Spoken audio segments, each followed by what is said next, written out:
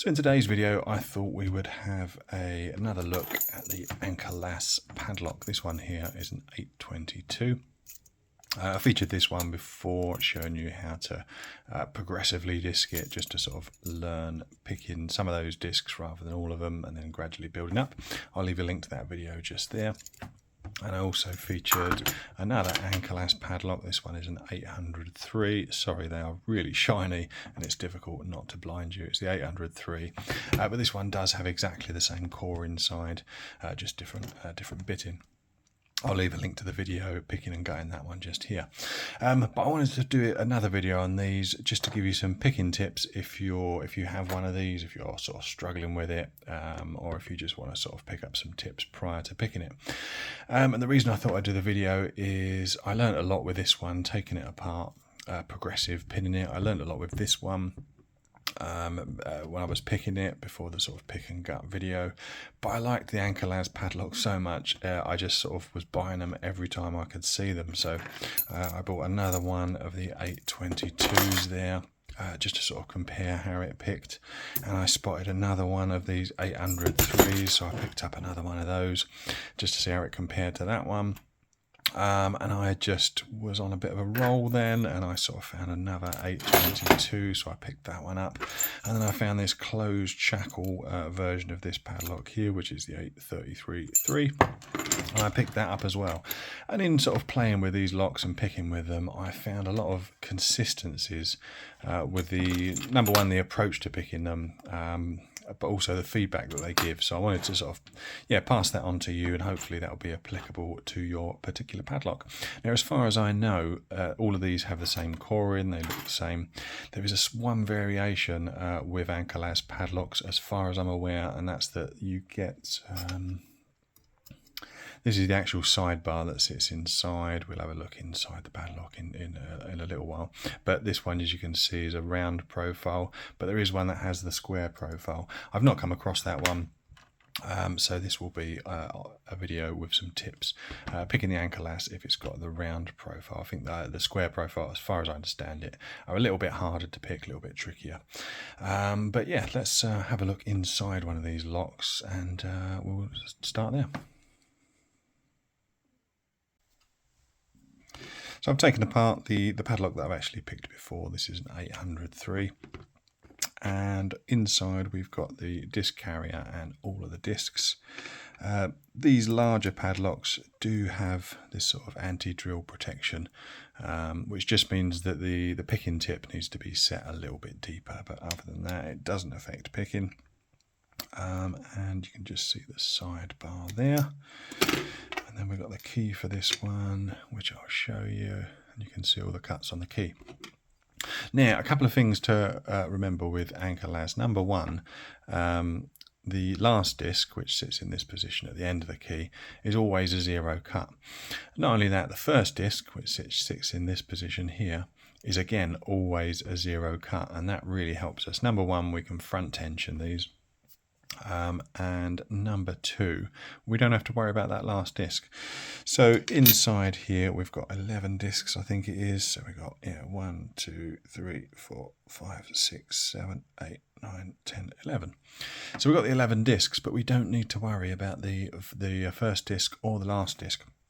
And also you will get, quite often you get zero cuts in the middle. So this one here, those two cuts there, that one there and that one there, are zero cuts as well. So on this particular lock, we don't need to worry about that last disc. We've got this one here, we've got another zero cut just there, this one here, another two zero cuts there, 3 discs, another 2 zero cuts here. So on this one, we've only got to pick that disc, these 2, and then those 3, and not worry about the zero cut discs. And we'll have a look at these discs in just a minute. The other thing to remember with these is that they do have a profile to them. So you either need to modify your picking tip, or what I'm using is the RWB pick, and you can buy the Anchor-Lass tip ready-made. So that's really nice, because as you can see from the key, you've got just a sort of, the corner there is chamfered off on one side, and that goes the full length of the key there. and the discs as well have that little chamfer there, so you have to put the key in the right way. There's only one way it can go, and obviously your picking tip and tensioning tip need to follow that as well. So we just see all the discs move in there, and there are all the true gates lining up, which allows that sidebar to sit flush. So when they're not lined up, it pops out. When they are lined up, oh, it sits flush. Yeah, just see it there, up and down, up and down. Okay, let's have a look at some of these discs, which hopefully should help us get a better idea of how to approach them. Take the key out. So the first thing to remember, this is the first disc. As we said, this is a 0 cut, which means that we don't need to worry about picking it. You can just see the true gate on it. I'll line the sidebar up with that true gate, which is just there. And the 0 discs, cut discs, don't have any false gates. That's true of all the 6 locks that I've picked. So I think it's true for all of them. Correct me if I'm wrong. So they don't have any false gates to worry about, which is it's nice to know. And they do feel quite different to the other gate. So let's have a look at the next disc down. So this one, we can see the true gate just there. It's quite sharp cut, and then we've got a false gate, and the false gates in these are really shallow. Just see it just there. And what you'll notice, and what you'll see later on when we do some picking, is that when the sidebar is in a false gate, you just get a tiny bit of movement as you're twisting this disc back and forward with your pick tip. And that disc is rubbing up against a gate, in this case a false gate. That disc will have a very limited movement, you know, just a sort of little bit like that. When it pops into its true gate, you'll get a nice click, but also you'll get a greater range of movement, and that's what we're looking for to know it's in a true gate, is that greater range of movement. So we've got our 0 cut discs with no gates. We've got that disc there with 1 gate, and you do get discs in here, which hopefully this next one will be, which has more than one false gate. So that one doesn't. That one's got the true gate just there and the false gate just there. Let's grab another disc out. This one's got a couple of false gates on it. So with this one here, you've got the true gate just there, and then you've got 1 false gate that side of it and 1 false gate that side of it. So when we're testing whether our disc is whether it's in a true gate or a false gate, we need to kind of pay attention to whether we get a little bit of movement or a lot of movement. And sometimes when you're picking, you have to kind of go through all of the gates and kind of feel for which one gives you that bigger range of movement. That's what we're looking for. So I think what we'll do, I'm not going to gut all of these because I think that's the only variance of discs you're going to get. You're going to get one with no false gates on it, which is 0 cuts, and you've got one false gate, and then that one's got the 2 false gates on it. Those false gates could be on either side of the true gate, so it might be that as you're picking your disc, you rotate around and you go into the true gate first of all, but it may also be that you'd have to go through a false gate into a true gate, and then you could fall into a false gate the other side of it. So that's why it's important to get used to how the different gates feel, and that's what I'm going to show you in the next part of the video. So I've got one of the 822s set up in the vise. I thought what we'd do, I've got another 2 down here, is we'll just pick through all 3 of these, and hopefully you'll see that the feedback we get and the interpretations we make on that feedback will be true for all 3 of those locks. So the first thing to do is to 0 all of the discs. Easier said than done. I'll quickly get this one out of the vise, because I just wanted to show you something when it comes to 0 in the discs. Sometimes the discs get stuck, or the tool doesn't go all the way in, so it's worth kind of going back and forward a few times, make sure that tool's all the way in, and then you've got it at that sort of angle. What you don't want is it to be at that angle. You just want to come sort of just a couple of degrees off of 0 or 12 o'clock as we're looking at it there. So yeah, just in that position like that. So I think I've got all those discs zeroed. We'll take that out. Pop him in there.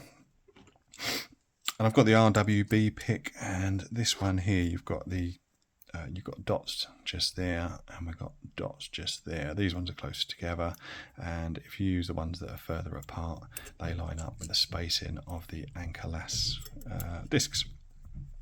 And the way I've got this pick set up is at the very last disc, when we've got it fully extended, lines up with that dot just there. And as we saw earlier, we know that that's a 0 cut. So what I'm going to do on all of these picks is I'm going to go all the way to that, line up this part of the disc detainer pick, which has got these marks on it, in line with that disc just there. Just see that disc just there. That tells me that's the 0 cut disc, and we'll work backwards from that all the way towards the front of the lock. And we're going to do that a couple of times, make a couple of passes, and hopefully should be able to get it picked. So let's get the tool in. And hopefully keep you in focus. What I'm going to do is I'm going to overlay this. I'm going to put a little dot on the screen to show you the false gates, the 0 cut discs, because as we say, we're tensioning off the very first disc. We're going to go down and find the very last disc. It's nice to sort of move back and forward through your lock, same with any disc detainer, and make sure that all your discs are aligned. And I like to just go through, as I say, that line there of this part of the pick lines up with those dots. That lines up with all of the discs. So I'm just going to give them all just a little twist clockwise to make sure they're all sitting in the 0 position. Sometimes I've found that the turning tool doesn't quite do it, and you've just got to nudge all of those discs over. So I've nudged all of those discs. Our pick tip's running nicely through the disc stack. So that one there is our 0, and so we're going to come back for the next disc out, which is that one there. Put a bit of tension on, and we're looking for a nice little click. We've got nothing. I've got a bit of resistance there as I turn, so I suspect that one's a 0 as well. So in these locks you will have a couple of extra 0 cut discs. That means that the furthest disc and the one out from it is also a 0 cut, which helps us out. So move along to the next one. Got a tiny little click there, that's enough, we'll leave that alone. Tiny little click there, leave that one alone.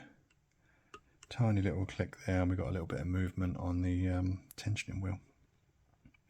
Move along to the next disc. Tiny little click there, another bit of movement. All tells us we're going in the right direction. Move along to the next one, a little click there, a little bit of movement. Next disc. So once again, we've got resistance on that one, and that tells me that that disc is a 0 cut, so we're going to leave that one alone. That one there also feels like a 0 cut because we didn't get any click on it. You got a little bit of resistance, and you'll get that same resistance when you're picking a normal disc detainer lock. But yeah, we didn't get a nice click, so I suspect that one's a 0 as well.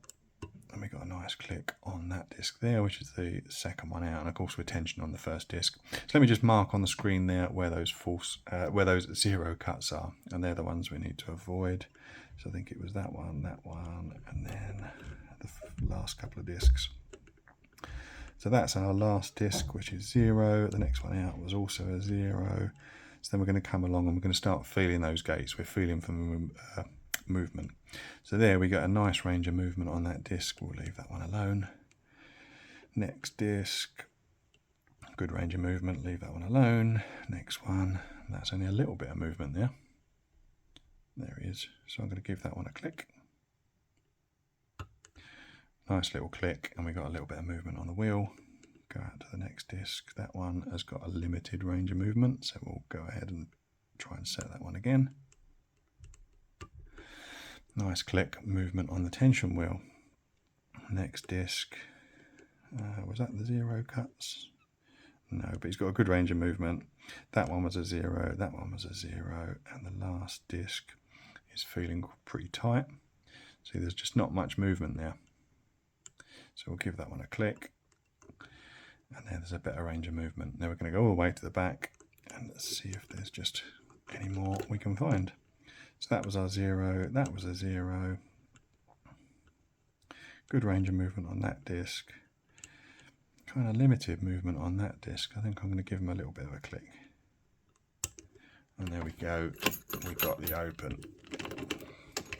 So we got that one picked. We had to go through, I think we made 3 passes on that one. If I can get him out. So we'll load the next one up in the vise, which is that one there.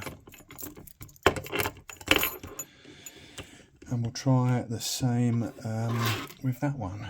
Where's my turning tool? Can't see it. It's disappeared. Everything's silver. Not very easy to see.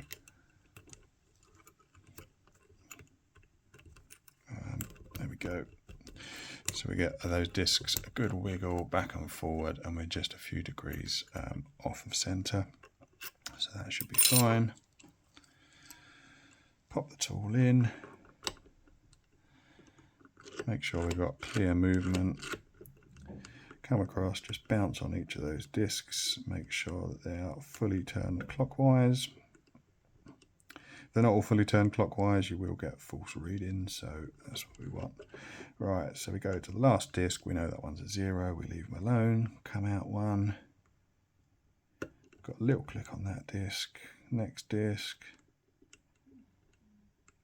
that one I believe is a 0 as well. I didn't get a click on that one, just double check that. Yeah, that one's a 0 as well. Out to the next disc. That one's a 0 as well. Next disc. Little click. Next disc. Little click. Next disc. Little click. Next disc. Little click. Next disc. Little click. Next disc. Nothing at all, so that is a 0 cut. So let me just show you where those 0 cuts are. And we'll go all the way to the back. So that was a 0. So we're going to feel for those gates, the movement, a lot of movement there. That was our 0, that was our 0.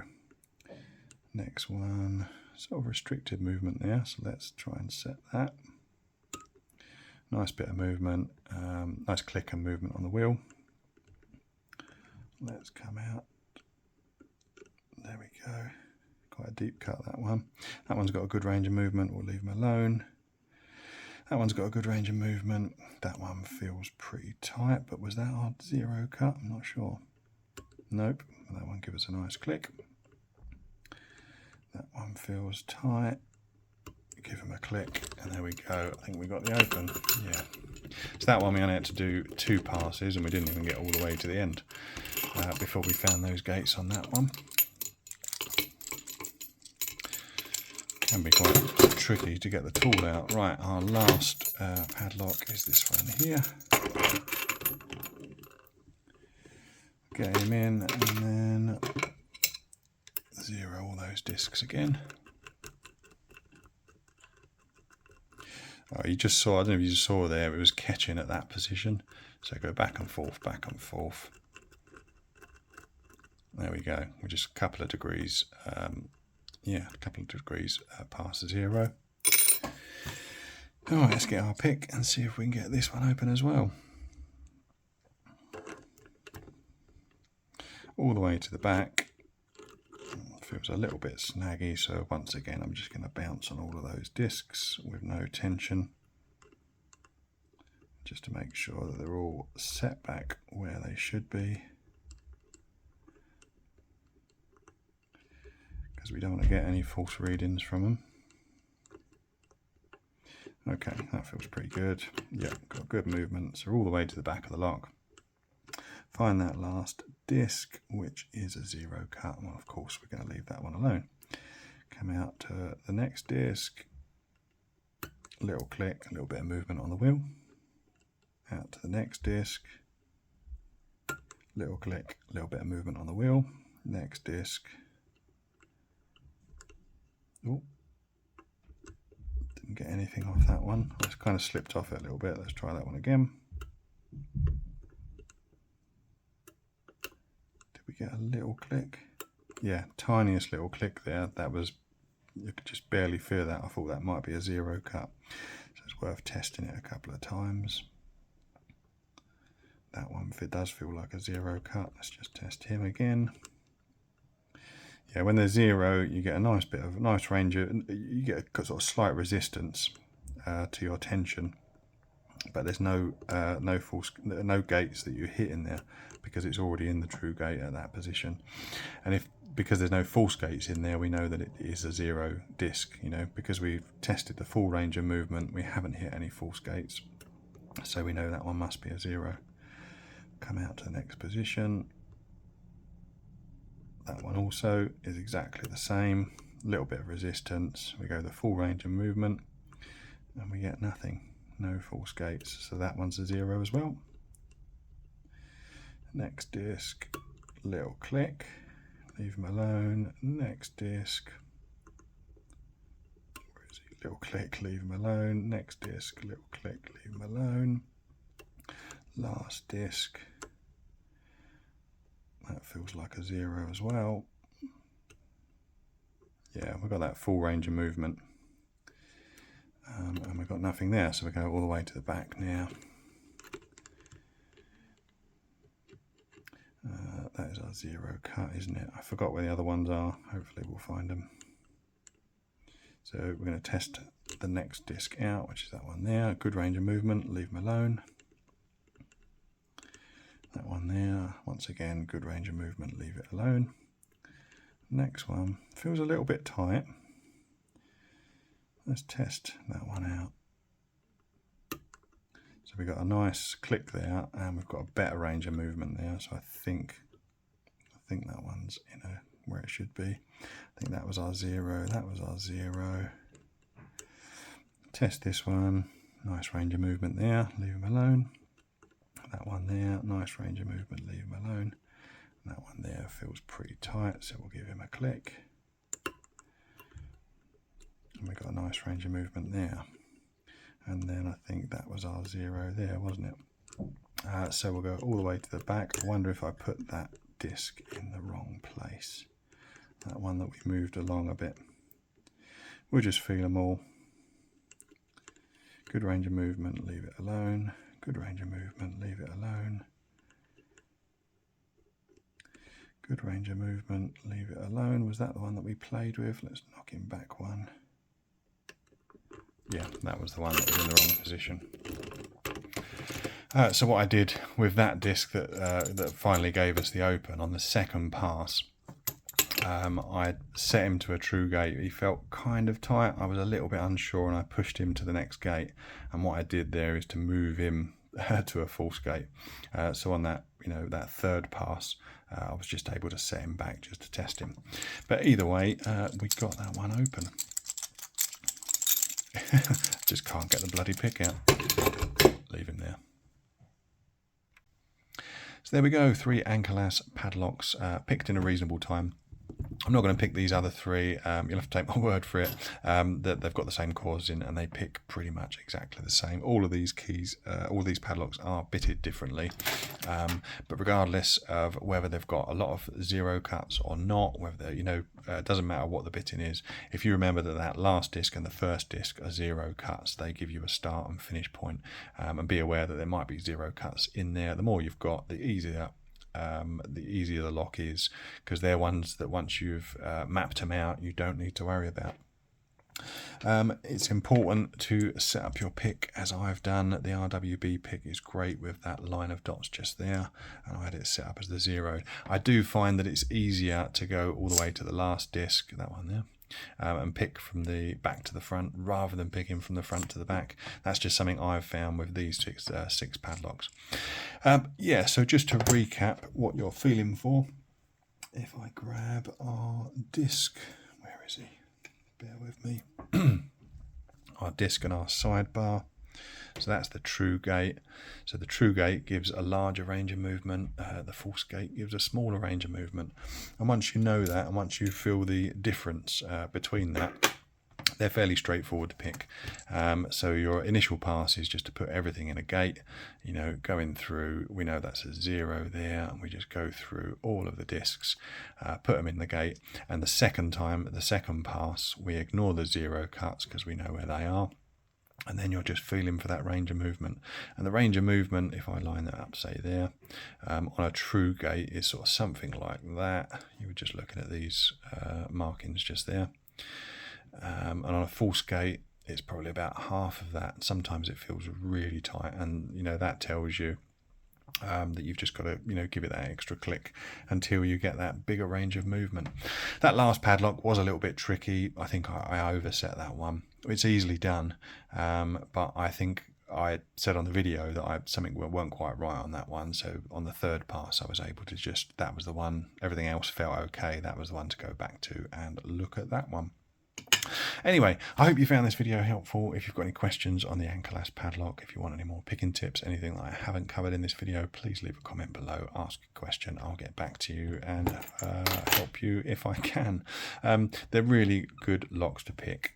You get a lot of cheap disc detainer locks like this. These are the sort of Chinesian ones. It says China on it there. They've got terrible tolerances. They don't have a nice brass carrier like that with brass spacers. They use plastic and badly made discs. They give really crap feedback. So if you're bored of those, look out for one of these anchor lass padlocks, because you've got false gates in there. And as intimidating as that sounds, they actually, once you know the difference, when you can feel the difference between a true gate and a false gate, they actually give you more knowledge on what to do next, how to pick the lock, than that one that gives you more information basically. As long as you're able to read it, and certainly mapping out where those 0 cuts are really helps you on that first pass. Anyway, thanks for watching today. I'll leave a little DMAC logo up in that corner. Hit that to subscribe, that's always appreciated, as is liking and commenting on this video. It keeps the YouTube algorithm happy and keeps my videos being recommended, which means that I keep making them. Anyway, thanks a lot for picking with me today. Hope you enjoyed that, and I'll see you on the next one. You thought I'd gone, but I came back. I've just got one more quick tip for you, actually, on the anchor lass before you disappear. When you're taking locks apart, as you probably have found with pin tumblers, sometimes you get gutting disasters. All of these discs, as you can see there, they're all loose in that carrier. If I turned this upside down and my finger wasn't in place, they would spill out everywhere, which can happen sometimes. And it can be a pain in the ass to know which way to put all the discs back in. I can't really help you that bit. But it's worth noting that on the anchor lass padlocks, let's just show you these discs here. I think these discs, when they're manufactured, they're punched out of a sheet of material, and what happens when you do that is that the item that you produce has a slight curve on one surface, which is the surface that was facing up when it was punched, and the back side of it, which on that one just there, has got a much more of a sharper corner. Just a sharper corner just there. And with the anchor lass, all of the discs need to be placed with that slight curve, that outside edge, very slight curve facing up. So hopefully you can see there, those two discs are facing the right way, so that when you're assembling them, that you're dropping them into that carrier in that orientation. And if the discs are the other way around, so we've got that much flatter surface with that, you know, much sharper lip on the edge of the discs, that disc there will be upside down. So just worth noting, if you gut them and you kind of get mixed up at all, that would be the right way around, that would be the wrong way around. Anyway, I'll leave you alone now. Thanks for putting up with this really long video. Hopefully you found it helpful. I'll see you on the next one.